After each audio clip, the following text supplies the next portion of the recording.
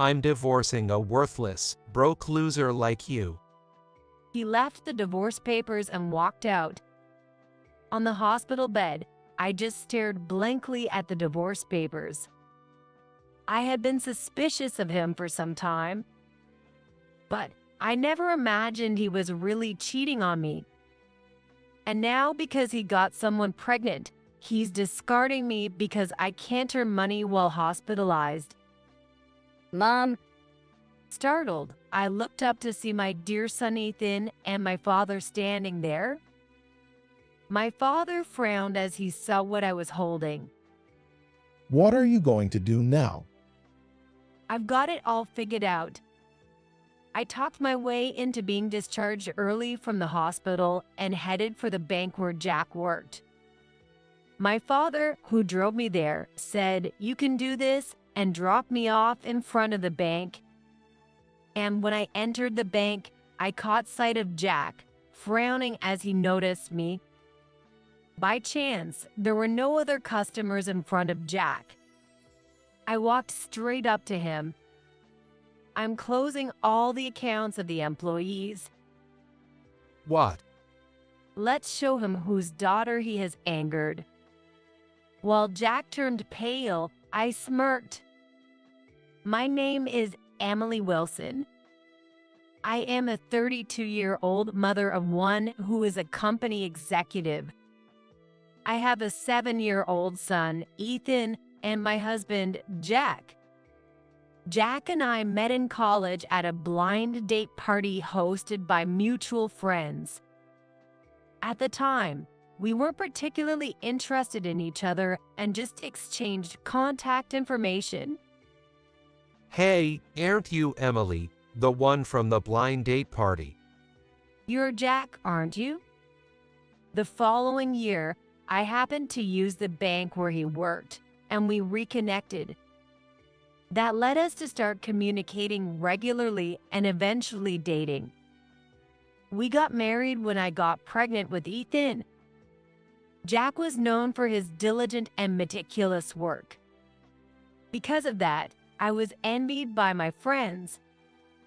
I myself was glad to have married him.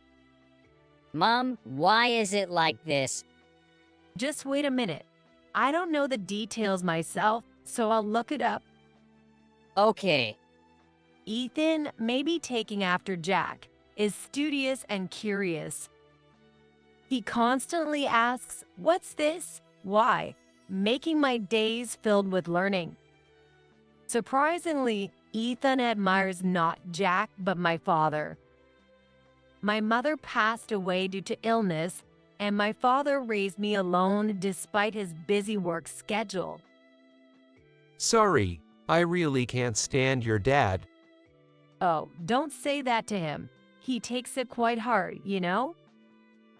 I wouldn't say that. My father is a kind man, but he looks tough and quite intimidating. Jack is also uncomfortable around my father's imposing appearance. Aware of this, my father tried not to interfere too much, which allowed us to have a peaceful life initially. Everything was going smoothly. However, that changed with our marriage. Hey, where did you put my phone? I didn't put it anywhere. Didn't you leave it charging? Jack would come asking grumpily first thing in the morning.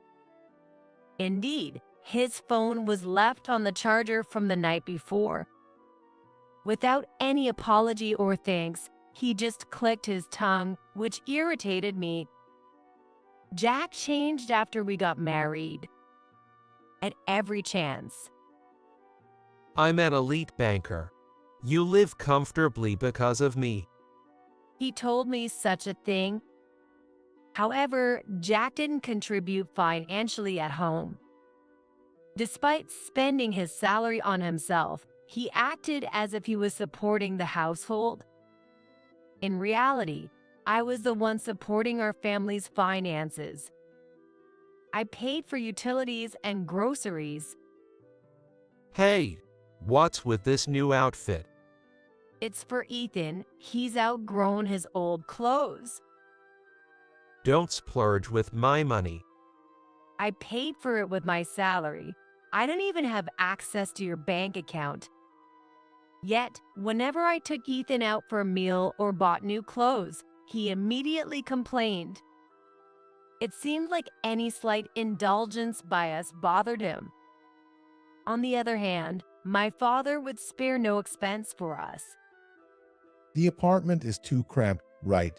So, I bought the condo Jack wanted. That way, I can be nearby without living with you. He said with a smile and bought us a new condo, gifting us the top floor. My father lived on a different floor in the same condo to be there for us in times of need. Mom, can I go to Grandpa's place?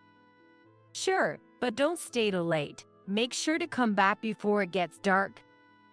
Okay. It might be natural for Ethan to be more attached to his grandfather than to his father, Jack. Ethan goes to see my father whenever he has time. Where's Ethan? He's at Dad's place. I see.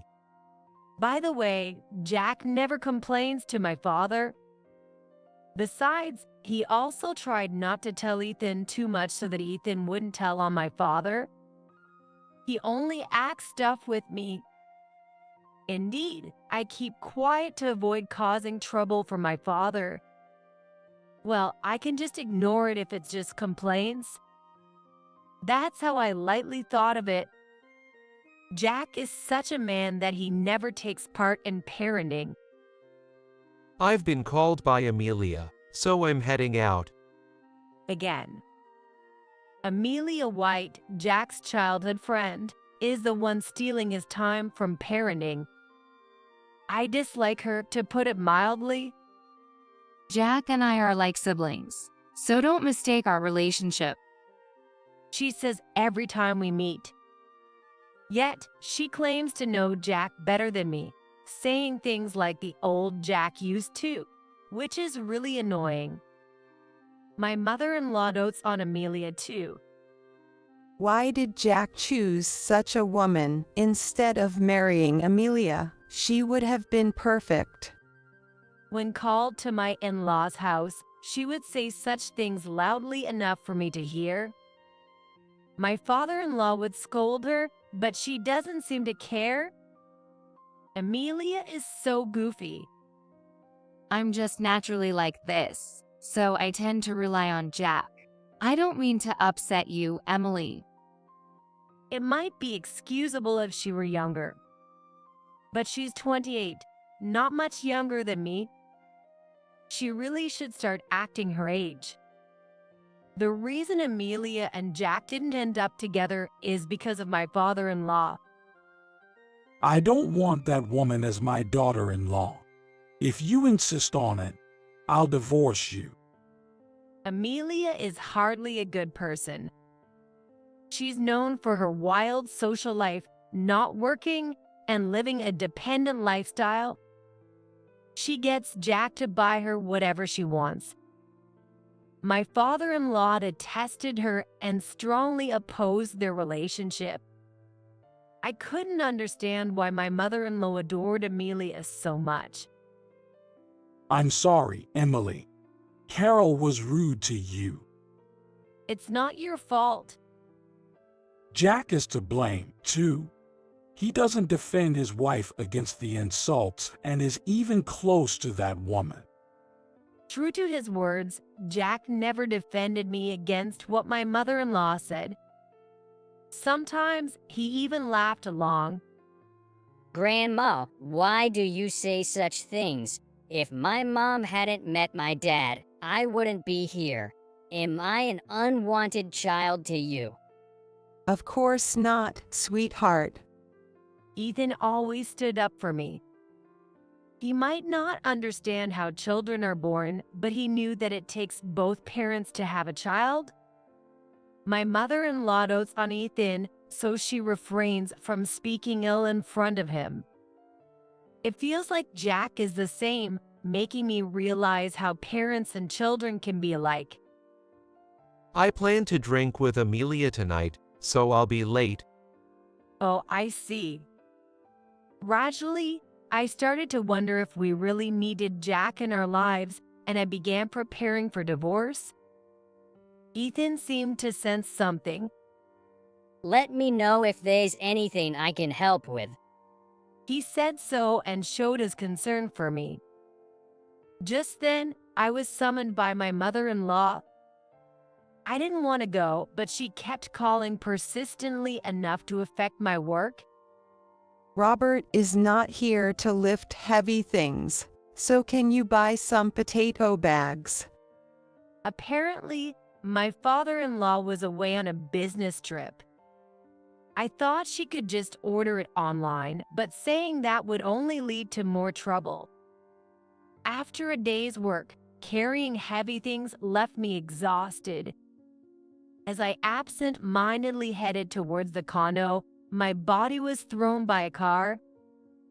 Apparently, a car that ran a red light hit me. You were hit by a car that fled the scene, and it's currently under investigation. I was told while lying in the hospital bed. For now, I left Ethan in my father's care as I had to be hospitalized for a while. With a broken arm, I couldn't do much work. Worried about this, my father scolded me, saying, "You should be more concerned about your own health first." Ethan, my father, and my father-in-law, who returned home hastily to help, visited me often. However, Jack and my mother-in-law never came to see me, which I had anticipated. May I come in? What? So, I was surprised when Jack entered my hospital room. Fill this out. He said, handing me divorce papers. His name was already signed, and my mother-in-law's name was in the witness section. With that arm, you can't work. Now that you can't earn money, you're useless to me. What are you saying? Besides, Amelia is pregnant with my child. My thoughts froze at his words. Amelia is pregnant with Jack's child. I'm marrying Amelia, so just sign this quickly. He said so, turning his back on me, as if I no longer mattered to him. I'm divorcing a worthless, broke loser like you. With those words, Jack left the divorce papers and walked out. On the hospital bed, I stared blankly at the divorce papers. I had been suspicious of him before, but I never really thought he was cheating on me. And now, because he got someone pregnant, he's discarding me because I can't earn money while hospitalized. Mom, Startled, I looked up to see my dear son Ethan and my father standing there. My father frowned as he saw what I was holding. What are you going to do now? I've got it all figured out. I looked straight at my father and responded. My father nodded in agreement. Now it's time for my counterattack. I talked my way into being discharged early from the hospital and headed for the bank where Jack worked. My father, who drove me there, said, "You can do this," and dropped me off in front of the bank. And when I entered the bank, I caught sight of Jack, frowning as he noticed me. By chance, there were no other customers in front of Jack. I walked straight up to him. I'm closing all the accounts of the employees. What? Jack's expression clearly read, "What are you talking about?" Without taking a number, I walked straight to the counter, and I could feel some people looking at me as if I was causing a disturbance.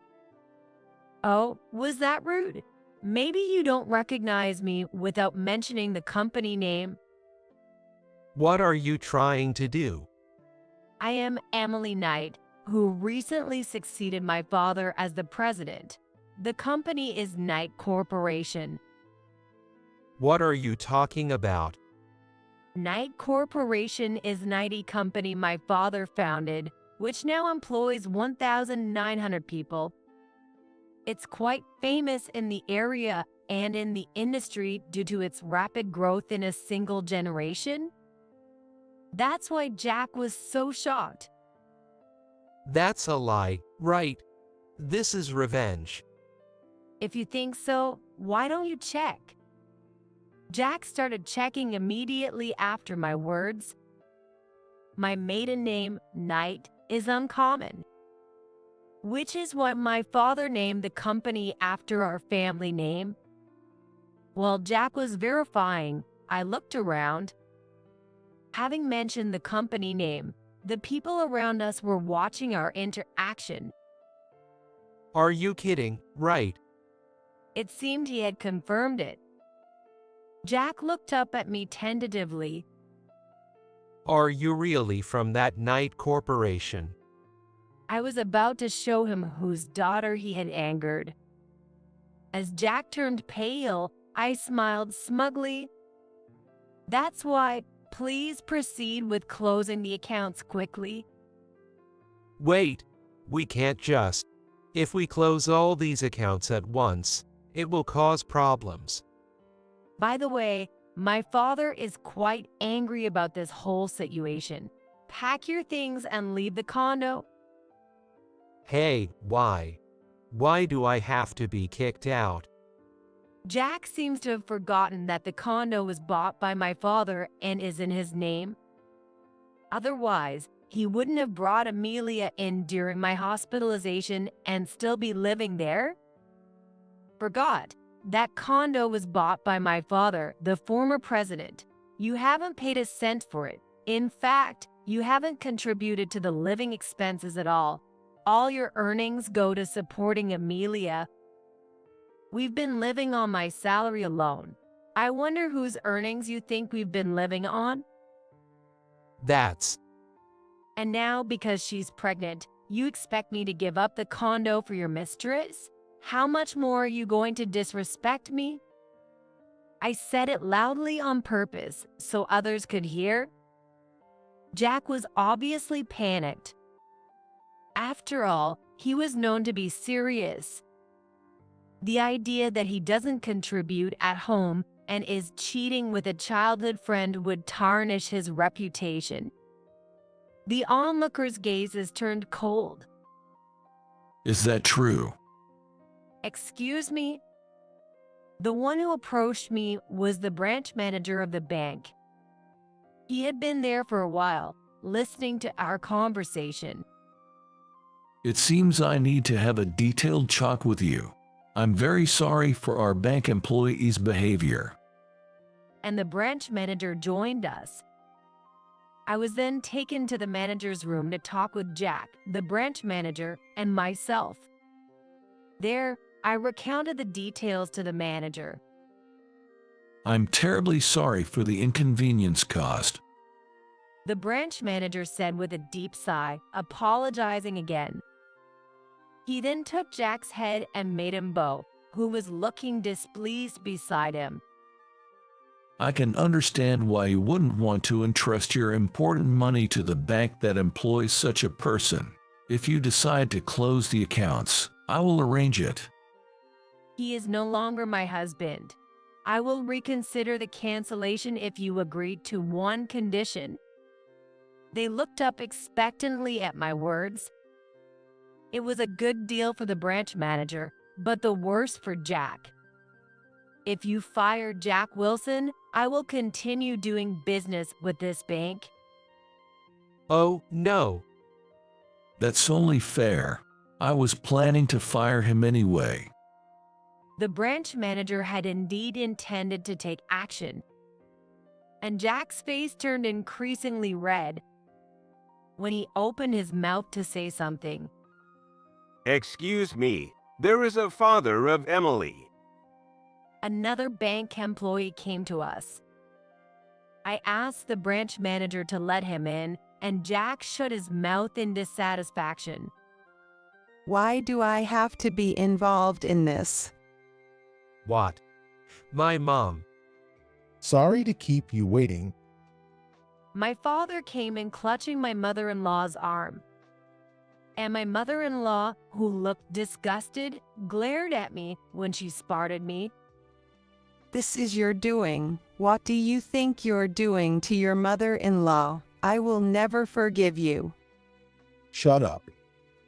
When my mother-in-law started yelling, my father shouted at her, making her hard face even scarier. And my mother-in-law and Jack shut up with a short scream.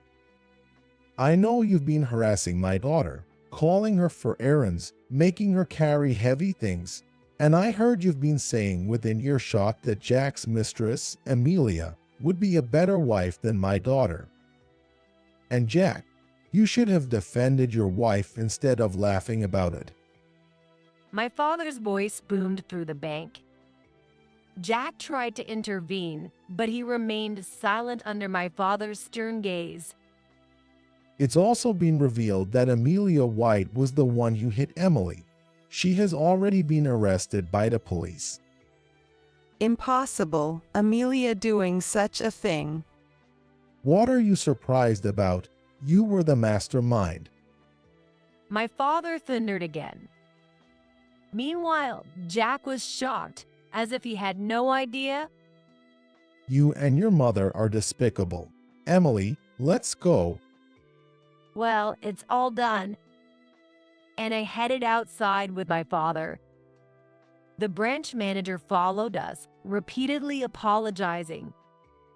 I thought maybe we could continue doing business with this bank under this manager, as we heard Jack and my mother-in-law arguing loudly behind us. They seemed to be blaming each other. Their argument was overheard by the customers and other bank employees, confirming what they had heard was true. Everything went as planned. Yes, they reacted just as expected. We left the bank with a smile, our plan having succeeded. And Jack was duly fired.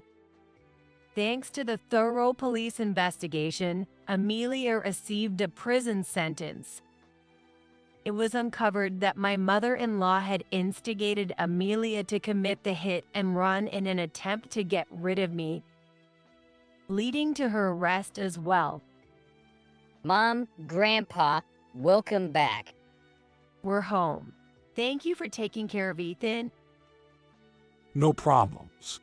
It looks like you've settled everything properly. After the bank, I went to pick up Ethan, who I had left with my father-in-law. My father-in-law helped a lot this time, finding evidence that my mother-in-law had instigated Amelia and a note detailing her plan to eliminate me, which he submitted to the police. When I thanked him, he smiled and said, "You did well."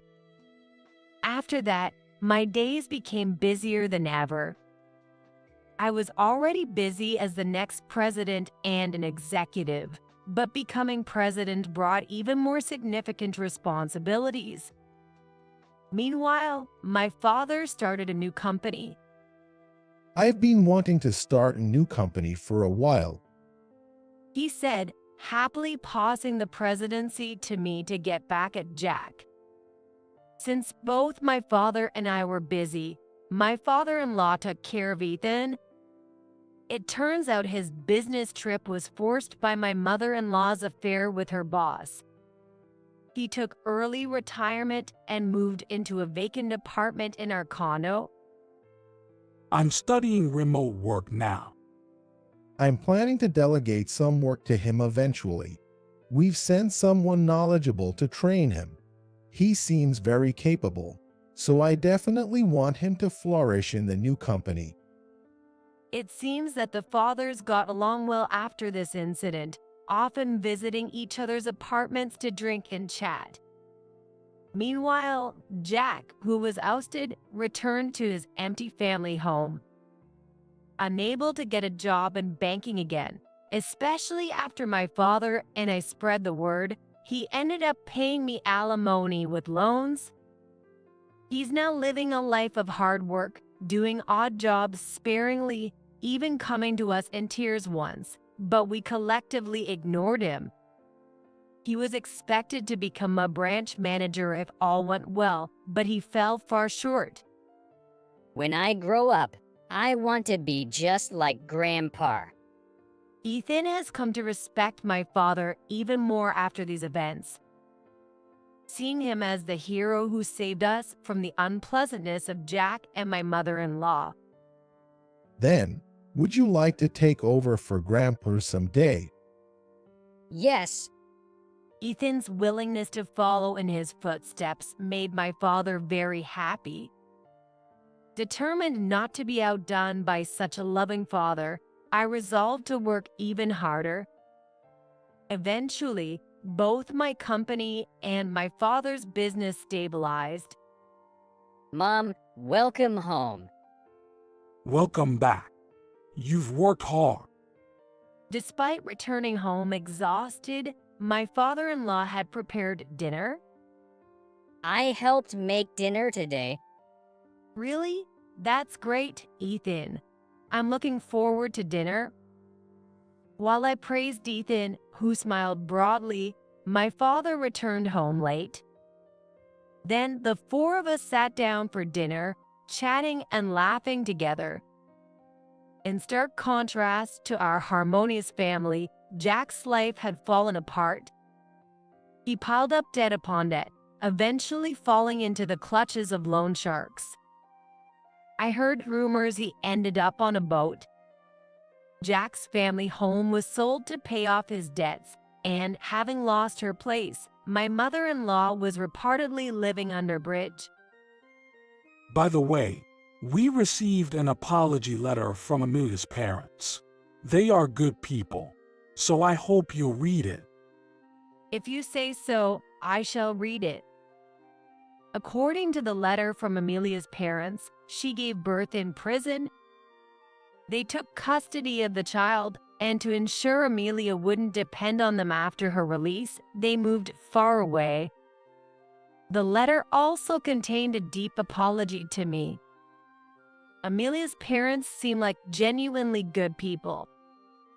I truly hope the child grows up to be like them, not the parents. However, Amelia now has no place to return to either. I hope she reflects on her sins in her solitude.